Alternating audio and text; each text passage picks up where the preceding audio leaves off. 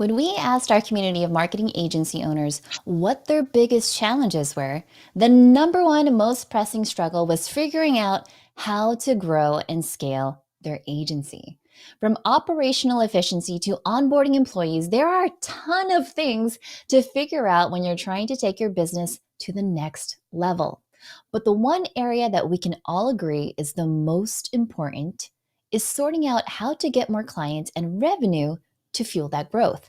Should you add a bunch of new services? Offer lots of pricing package choices? Make sure you're on every channel at once? How do you actually ramp up your agency's growth so that it's actually accelerating at a rate that keeps profits rising faster than your expenses? That's what we're covering in today's episode of Agency Accelerated.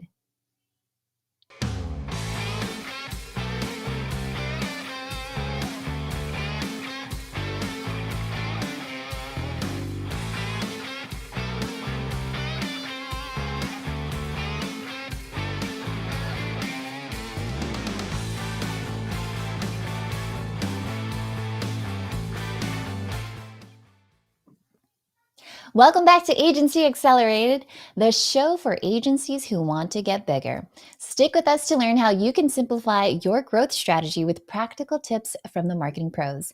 I'm Stephanie Liu, and we're live every other Wednesday at 2 p.m. Eastern Time, 11 a.m. Pacific Time on Facebook, Twitter, YouTube, and LinkedIn. Also, make sure you head on over to agorapulse.com/calendar and subscribe so you don't miss any episodes, because I don't want to miss you either. And stay until the very end because you'll get a chance to get your hands on an easy way to add more revenue to your marketing agency. And having said that, shout out to Wiley, who is here live. He said, finally able to make it to a live stream. Yes, that's what you do, friend. You show up because you know what? It's going to be an amazing, fantastic show. So, hey to you too. Welcome to the episode. So, having said that, let me ask you a question. How many different audiences are you targeting? Think about that. How many different audiences are you targeting? If you had an ideal customer profile worked up for each of your target audiences, how many would you have? Give me a number in the comments. I want to know. When you're thinking about the trajectory of your business, how many audiences are you really actually trying to target right now? I think for me, I know for me that there's at least three. There's large brands who want to leverage live video and go from unknown to unfreaking forgettable. And then there's marketing consultants who want to learn how to become remote live video producers because let's be honest, the evolution of live streaming is totally a thing. I also work with executives who want to level up their communication skills through NLP training. So that's three, right? That's three. So let me know in the comments of your ICPs, your ideal customers, right? Your ideal customer profiles. And really, who are you trying to target? Good. All right. So the question, Gabe is here. Hey, Gabe. So nice to see you. Hi, friend. So the question is, though, as a digital marketing agency, how many target ICPs should you have? And how do you turn those targets into rich sources of revenue? It's hard to know the best way to proceed, which is why I'm excited to have an expert agency coach on the show with us today. Check this out, okay? Chris Rudolph is a husband, father of three, and business coach for digital agency owners. He specializes in helping them maximize their revenue, scale with the team, and enjoy more time off. And who wouldn't want that? He is also a national speaker at digital marketing conferences and has presented for companies like Rubillio, Agora Pulse, and Cloud Campaign. P.S. By the way, if you didn't see his session for Agora Pulse, that was impressive. He's a Madison, Wisconsin native, and he's also recently located to Baja, Mexico, where he runs his business coaching practice and volunteers part-time building homes for families in need. After starting and selling off 2 businesses, there's one lesson Chris has learned along the way. It's extremely difficult to do it alone. In fact, he believes if you want to be successful and finish well, you need a coach, just like any serious athlete does. So, having said that, Chris, welcome to the show. How are you? Hey, I'm doing great, Stephanie. Thanks so much for having me on. Super excited to have you here. I'm looking at the comments here, and it looks like everyone is excited to learn from you as well. We have one Facebook user says, "Hi, Stephanie, watching and enjoying." So yes, come through, come through. All right, so Chris, I know that we've got seven essentials we want to cover today to help marketing agencies accelerate their growth. But first, I know you have two growth principles that they need to keep in mind at all times. Can you share what those are and what they mean to agencies today? Yeah, I actually want to first think of just, you're probably thinking, I want to grow my agency in 2022. So you might go and download some podcast episodes, buy an online course or two, or attend a webinar. And, shortly after that, you're probably feeling really overwhelmed. And I think the problem is that we live in an age where there's unlimited options at your fingertips 24/7 via the internet. And some of those, those things out there aren't very good. But a lot of them, I believe, in my opinion, are good. But the overwhelm and shiny object syndrome. And that really, I found, leads to a lot of false starts. So basically, we discover a great growth strategy, we get excited, but we don't stick with that strategy long enough. So that's kind of like my first growth principle is what you focus on grows. Oh, I like that. Yeah, I always have this saying, especially with my clients, where your attention goes, energy flows. Where your attention goes, Yes, energy flows. exactly. Yep. Good, good, good. Exactly. Love it. And so when you're focusing on what it is that you want to do, that's going to be really important because let's be honest, your attention span, right? Like, even if you're thinking about what you're doing today, your brain, the way it functions, you remember four plus or minus three things. It's your short term memory. And so when you're thinking about your agency and all the different things that you have to do, where are you focusing that energy? Is it the little things or is it the difference that makes a difference, as Jarek Robbins said on our last episode? So that's good. So, having said Hmm. that, what's the second essential? Yeah, so if what you focus on grows, if your focus is fractured, you're focusing on many things at once, you pay what I call a distraction tax. So let's say you're focusing on, oh yeah, distraction tax. Go ahead, go on. Tell me more about the distraction tax because Yeah, I love that you bring this up. yeah. So let's say you're focusing on four things at once. You might assume if you kind of do the math that you're going to make 25% progress in each one, kind of a fourth, because that's what you allocate your attention to. But in reality, you pay a hefty tax for the more the additional things that you focus in on. So the more things you focus in on, the less effective and efficient you are, and growth will take a lot longer, or you might not get there. Wow. See, this is sorry, not sorry, but some of you friends had to hear this as your first episode for the new year. And so, what kind of reaction do you get from clients when you tell them that? That is like, how do I pick just once? And I think the reason I'm so passionate about this is because I fall into this camp. I love to learn. I love to explore new ideas and learn about new things. But it's so easy to fall into shiny object syndrome and learning the latest thing that you don't even get a chance to implement. So I think it can be really challenging and really disruptive. But I think there's also some peace around that. If you do focus, you're going to get to where you need to go. I love that. Yeah, I often find that sometimes when there are agencies, they find themselves in debt, and so they do fall into that trap of that shiny object syndrome. And when you try to get them to focus, they're like, no, no, no, no, but this is the next best thing. This is that blueprint, that framework, that magic bullet. And you have to tell them, you know what, you're paying interest to things at the expense of accelerating your agency. And sometimes I feel it just kind of like rattles your rattles your client, and they're like, "Oh, you got me, you got me, Chris." Yeah, you're right on, Stephanie. I think also, people that are in digital marketing, The reason you're good at it is because you learn new things and adapt quickly. And so what is the your superpower sometimes can be your detriment when it comes to overall focus for growth of your agency.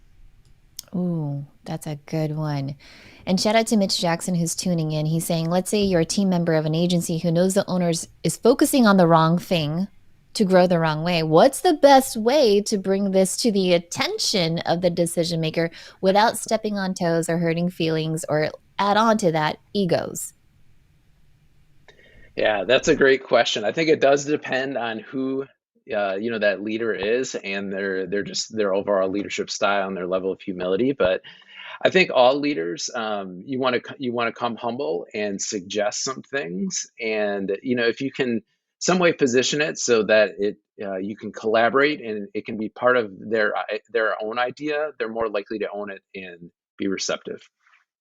I love that you said that. Like more often than not, I'm always telling clients, if you need to persuade or convince someone, make it their own.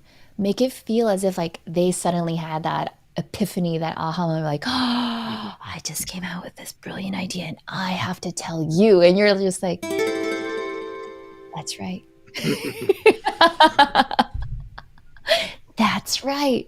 All right, Chris. So what's the third essential? Yeah, well, I think the first thing that those are like the two growth principles. I think the first essential is you focus on delivering one result.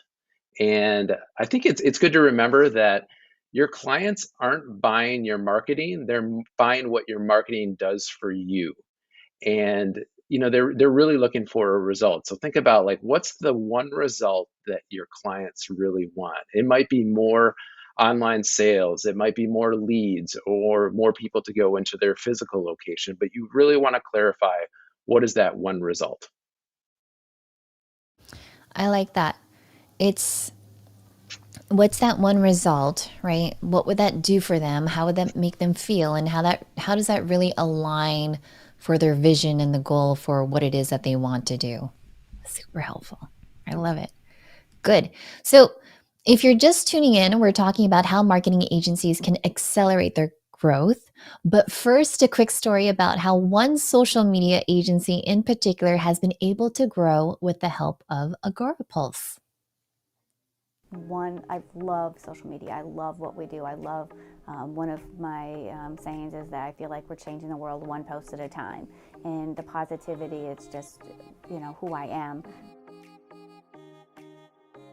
Currently, we are growing leaps and bounds. We just in the last couple of years have expanded our office. We're getting ready to expand again. We manage over 150 accounts just on Agorapulse. So it has to be user-friendly for me and everyone that works with it, and it has to be something that I know that I can rely on, that I can trust. Like I said, and the biggest feature that we have is just the dashboard, that it is so easy to use and that anybody can use it. And actually one of the reasons why I switched from the company that I had used before was that the lack thereof of customer service. It's definitely been, if not the best, one of the best companies to deal with as far as customer service. So, if you'd like to learn more about how Agorapulse helps thousands of agencies grow and scale their business, head on over to bit.ly/ad agency revenue. Did you guys see that? Look at that. That's awesome. Thank you, producer. Really, really appreciate that. All right, so let's get back to growing your agency with Chris because everything that Chris is saying resonates with me so well, having worked in the ad agency background, because these are a lot of conversations that you need to be having with your clients, especially the fact of like having your client or even the key decision makers feel as if they are owning that idea or that suggestion. It's always very helpful. All right, so we've covered the first three essentials for agency growth, right? So first is delivering one result for one niche, right? And then what Yeah. else would you do? Yeah, you focus in on one niche, and here's why. I think you talk about like customer persona, and we're focusing on these five different areas, but I highly recommend focusing on one niche. And here's why, is because, if you would go out this weekend and let's say you're playing soccer or basketball or something like that, and you hurt your knee really bad, who are you going to call? Are you going to call your family doctor, or are you going to look up a knee specialist at your local sports medicine clinic? Probably in most cases, you're going to go with a specialist. So specialists make more, and they are in higher demand than generalists. So you want to definitely hone in on one niche. That's super helpful.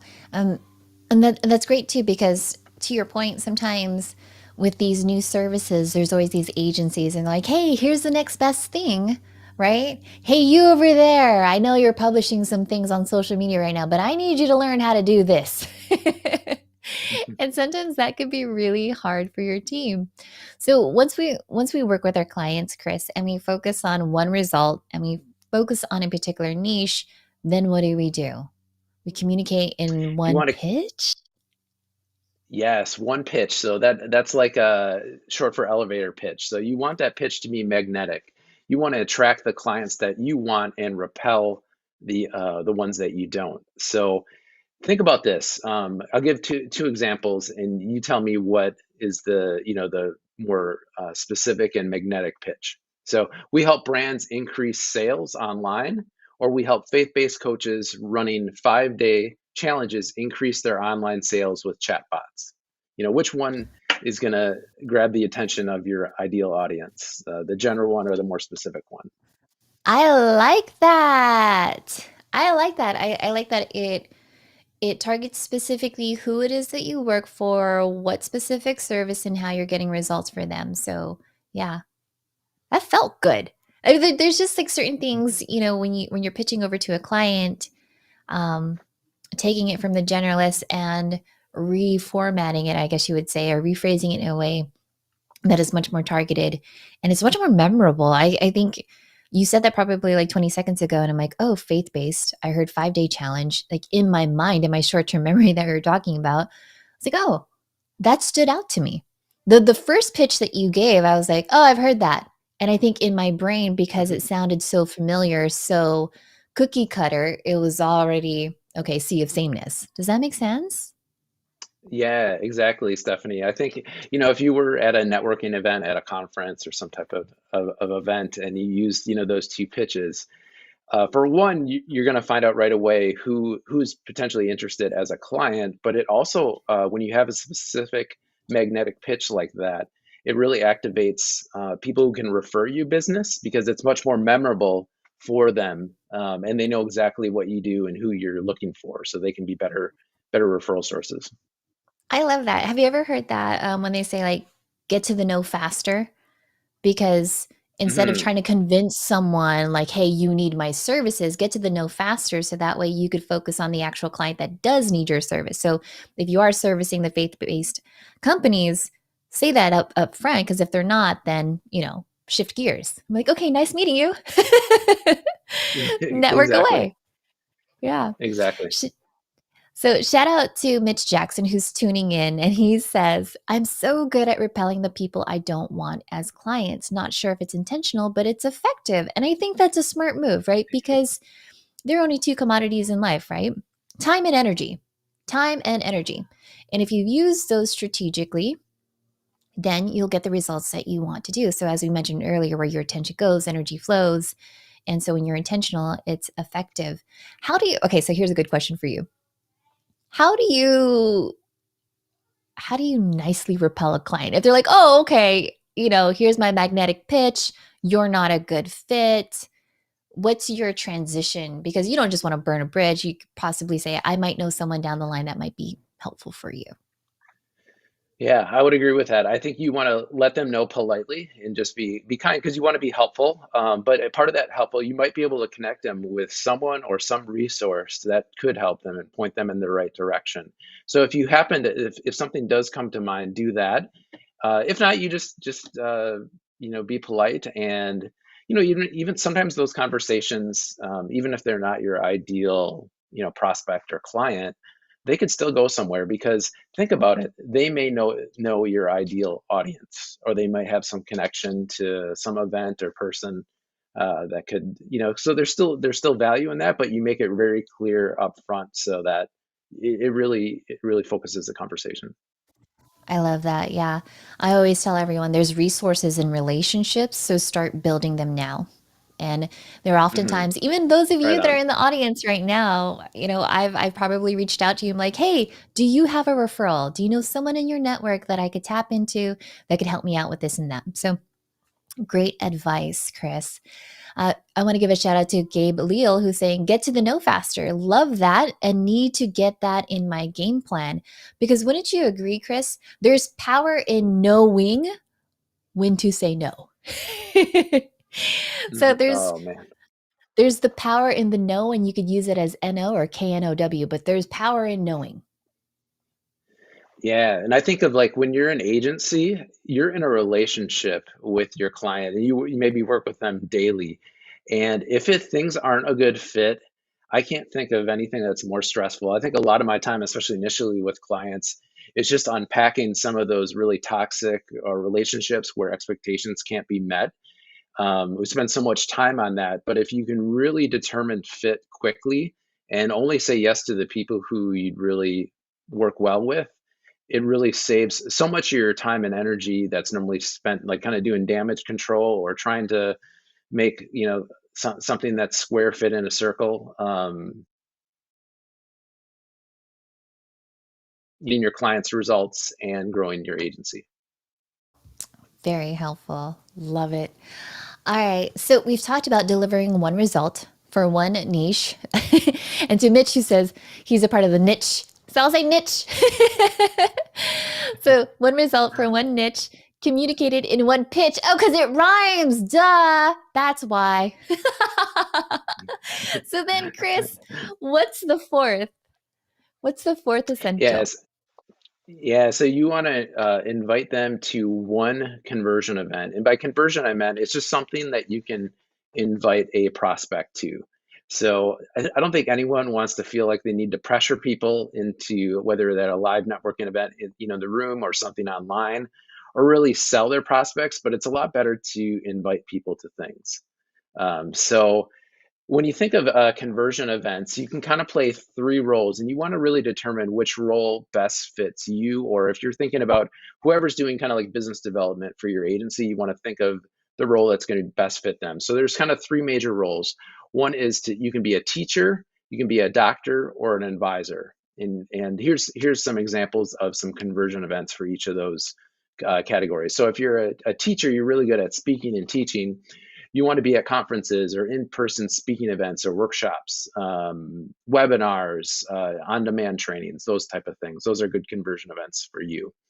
If you're more of a doctor where you can really get under the hood of their marketing and find out what's wrong and suggest what can really help them, then you want to offer assessments, audits, or evaluations. Those type of conversion events work really, really well.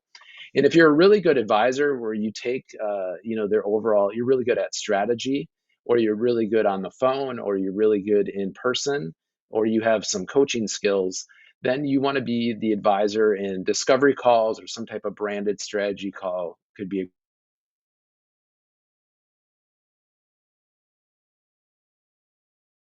great.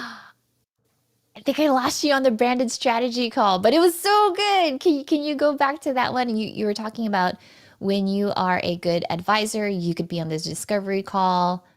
And then I was like, and then I lost you. And I was like, Or, oh, I'm on or I'm some on type this. of branded strategy call. So how can you put some of the result that in the specifics of the niche within the name of a strategy call and really design it to be able to best advise that prospect? I love how you organized and divided these conversion events because it does make a lot of it makes a lot of sense because I find more often than not decision makers are motivated by different things. Sometimes they want to hear about the strategy, sometimes they want to know like, hey, look underneath the hood, give me an audit, give me your analysis and all these different things. And so I think even in my brain, I was like mapping out, oh, what are some really good conversion events that I could start putting in there, whether it's like worksheets, audits, strategy calls, and then yeah. In fact, Gabe Leal, he's already asking a question, Chris. He's asking, what questions or information should I be asking a prospective client to help me accurately price and scope the project? Any tidbits on that? Mhm. I think anytime you're getting information, your questions, you want to start. You want three things. You want the result that they want, and then you want to find the reality of where they are, and then the roadblocks that are in the way. And I think that you first of all find out what they're going to accomplish, and then as far as pricing, that is it's probably individual, but you got to look at the return on the investment, and you got to make sure. I always say this to my clients: you want to make sure the money math works for both you and them. So let's say, if for instance, if you did paid ads, you'd want to make sure that your agency fee and the ad spend, if you plug that in, and then you look at the money that you're making them, that they're ROI positive and it works. So that's just a way that you can kind of buffer your prices. But if you do make it clear, you're clear with a specific niche and a specific result, and you position yourself as a specialist, you will be able to charge premium and charge more. That was gold. Okay, producer, we need like a sound effect for that. Come on, producer. That was good. Gabe, I hope you wrote that down because, Chris, I don't even know if you know this, but I'm such a big, huge fan of alliteration. And so when you said result, reality, and roadblocks, I was like, mic drop. That's that's amazing because I find that even when I work with clients and I ask them, what's your desired outcome? What's the result that you want to have? And even when I'm speaking to them, it's a matter of like, well, can you actually see yourself achieving that goal? Because sometimes clients can have this desired outcome of what it is that they want, but then they self sabotage because they can't actually really picture what that would look like. Or even sometimes when I ask them, when you had mentioned like reality, it's like, where are you right now compared to where it is that you need to be? It's super helpful in asking them, you know, what are the resources that you currently have? Have you seen other people do this in your industry? What are the resources that you need? And not only that, though, but the roadblocks that you had mentioned, because it could be things like your team scaling and all that other stuff. Mhm. One final tip too that I just thought of when you price, and a lot of times when you have a hard time gauging just what their budget is, a lot of times you want to ask that question, but a lot of times you might not get a straight answer. Is to offer two options. One that is like the Cadillac, the thing that's going to help get them to the result the fastest and the most directly. And then you can have a second one that's maybe scaled back a little bit, and you get a chance to see kind of you have a good feel on what they're gravitating towards. I like that. I like that. So Chris is we mentioned earlier that Chris is in Baja California and I'm probably a couple of exits away from him. And then when you were talking about like the Mhm, fastest route, I was like, yeah, get me the fast pass. That's me. Give me a mhm, VIP strategy day and let's map this out. Let's get strategic about it. Don't put me in a coaching program where it's going to take me 12 weeks to figure this out, right? It's like I need revenue mhm, right now. And so mhm. is that one package? Very, very helpful. So Gabe Leal is saying this is absolute gold and he is taking notes. So having said that, what's the fifth essential? Because Gabe, we've been dropping a lot, a lot, a lot. So what's the fifth essential, Chris? So you want to invite them to one conversion event, and it's going to be supplied by one traffic source.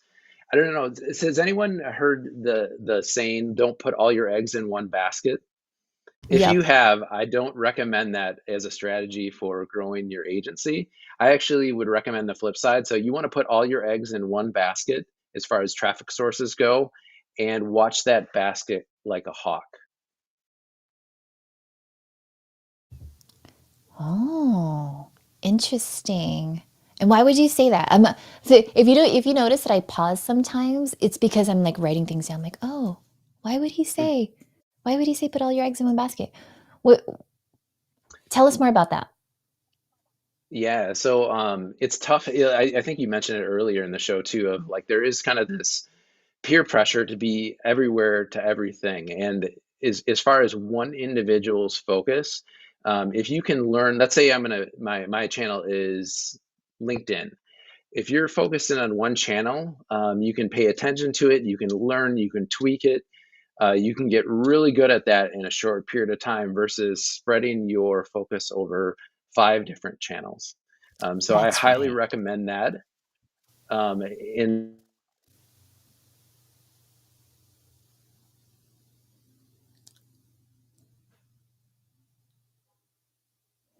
the service, they have like their own marketing and promotion plan. You can have more than one focus as long as it's not too confusing, especially on like social channels for your audience. But it's difficult for one individual or one team to focus on too many things. I'd say another exception is this. Let's say my strategy is I'm going to be all in on YouTube and creating content on YouTube. A way I could add another traffic source that doesn't divert my focus is I can hire a vendor to really fully manage and do all the strategy for the other traffic source. Let's say it's a cold email outreach. So if Mm. I delegate that to a vendor and they're focused on that, that doesn't pull my focus because they're taking care of it. So that's a way you can be in multiple places, but really, put all your eggs of your own in one basket and watch the basket. I love that. Yeah, I always tell, friends that are starting their entrepreneurial journey, it's very much it's do what you do best and hire out the rest, you know? And Mm, I find that well said. some people know a better YouTube strategy than I do because they live and breathe it. They know every single nuance about it. That's their niche. Just tell me what it is that I have to do, whatever it is that I need to film. Let's outsource it to an editor, and boom, I'm still focusing on getting clients on the phone and knowing how to close that. So that was very helpful. Thank you. Awesome. All right. So, agency accelerated friends, we're getting close to wrapping things up with Chris. So, if you've got questions, now's the time to ask. And Gabe, that's for you. Gabe and Mitch, because you have both have been super duper active in the chat, and I really appreciate it. So I've just got one more question of my own that you're not going to want to miss. So again, if you have any questions, go ahead and drop them in the comments. We do have one from Gabe. He's saying this is absolute gold. I am taking notes, plenty of notes, right? Good. All right. So far, Chris, you've talked about how agencies should focus on delivering one result for one niche, communicated in one pitch, and offered in one package. And you're inviting them into one conversion event supplied by one traffic source. Brilliant. It's like all mapped out. Yes. Then what's the last essential? Yeah, you really want to fine tune that over 1 year and really, anything, that's going to be consistent and really going to maximize your growth. You need to learn and tweak it and fine tune it over and over again until you become an expert and you really fine tune all your entire sales and marketing system towards that one niche, selling that one package over the course of the year. And I think that's a lot of the false starts that I kind of mentioned earlier is we find out something, a really great strategy, it might be very good, and we're excited about it. And then, it comes to implementation and testing and revising, and that's the tough part. And that's where you can get discouraged and not want to stick with it. And then you find that, you see another thing that looks really shiny and magical, and you latch onto that. So it creates kind of a false start, and a lot of times people give up on something too quickly. There is a place to pivot if things aren't working, but that's kind of that fine tuning process, and you want to do it over a year. And that's when you have those 7 things, those I call them the 7 ones in place. That's when people really excel their agency. Clients I work with, if they really stick to that, you could see, they could double their agency in a year, and that's not uncommon. The thing is, what I found is if you violate kind of any of those 7 rules, let's say you focus in on 2 niches or you focus in on 2 traffic sources, if you violate one of those, it doubles the time to get to your growth goal. So that this is the most streamlined way that I know. Wow, that's interesting. And I love that you even put the timeline of a year because I think even as an entrepreneur, having launched my own agency, it's entrepreneurs were advised to embrace failure, but never give up. Always be testing and trying to figure things out because there are a lot of iterations that need to happen with campaigns and all those different things. Having said that, we do have a really great question, Chris. This comes from Mitch Jackson, and he's asking, well, what about moving agencies into the metaverse? What about trends? I know we talked a little bit about shiny object syndrome, but it really sounds and it feels like and it looks like the metaverse that's happening. So, what are your thoughts on trends? Yeah, and I think I'm probably not the best person to talk about the meta universe. There's probably people who have a greater understanding of that, but this is the trends that I'm seeing overall is, first of all, this is still digital agencies are still a very, fairly new in the course of different fields. They're still fairly new and evolving. Versus you think of really established professions like dentists and attorneys, where they've kind of worked out all the kinks in their business model. And, it's pretty standard. You have a standard experience at a dentist, an attorney, standard rates, things that work. It's still a little bit of the Wild West with agencies, but there's a much more of a demand, and then there's a lot more agencies that are popping up, so it is becoming more competitive. So those that can show the ROI, no matter what service or series of services that you are providing, um, that will always be in demand. If you can get an ROI on the investment that the client is making in marketing, that's going to be timeless, and that's what I really see in the future. And then obviously, like the more specific you can be in being a specialist, is also something that I see as a trend. The tools will change, the platforms will change, um, but I think those are the things that don't. Great advice. Chris, thank you so much. This has been such a powerful interview. Everyone's been taking notes, so thank you, thank you. Can you tell folks where to connect with you and learn more? Yeah, you can check out my website at freedombusinessfamily.com, or you can look me up, Chris Rudolph, on LinkedIn, Facebook, and Twitter. All right. That's all that we have for today, folks. In our next episode, we'll be talking to Patty McGill from eWebinar to help us create better webinar experiences and leverage webinars for client onboarding. After that, we'll have the amazing Rory Sutherland from Ogilvy, Kevin Lau from Adobe, David Fisher, and Teresa Anderson. So if you could also do me a favor, look up the Agency Accelerated podcast on Spotify and give us a rating and review. Spotify just added a new rating feature, and you can really help us out there because we're bringing out, the big guns this year as far as helping you to accelerate your agency and all the things. So thank you everyone so much. I'll see you and your agency accelerating into the next show.